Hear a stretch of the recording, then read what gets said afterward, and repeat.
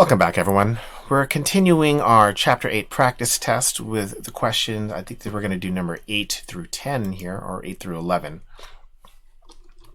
Let's go 8 through 11.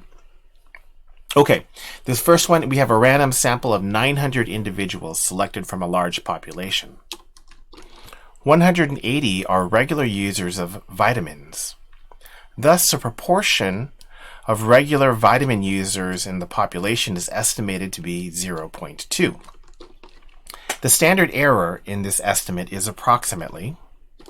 Now, the standard error is just the standard deviation of the sampling distribution.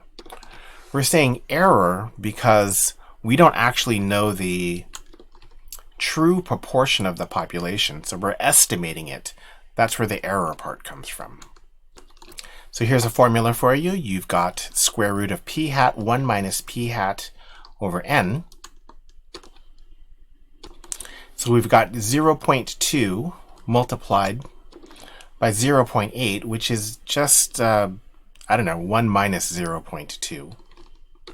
And then divided by the size of the sample, which happens to be 900. That's an easier one. Now for number 9, we have the confidence interval for X bar, the proportion of Canadian beer drinkers who prefer Red Lion, is found to be, these are proportions, so 23.6% and 28.2%. Interpret this interval in context. Thank God we have a sentence frame for this. We are 95% confidence that the interval from 0.236 to 0.282 captures the true proportion of Canadian beer drinkers who prefer Red Lion. I think that reads pretty well, so I'm not going to worry about adjusting for readability. Next, number 10, the value of Z star required for a 70% confidence interval. We're going to use our z-score calculator, and we want the probability to be 0.7, so we'll put a 0.7 here and calculate, and that should give it to us pretty quickly. There we go. Now your other option is to go to your TI calculator, go to the distribution menu, and go to inverse norm, and we want half of 1 minus 0.7.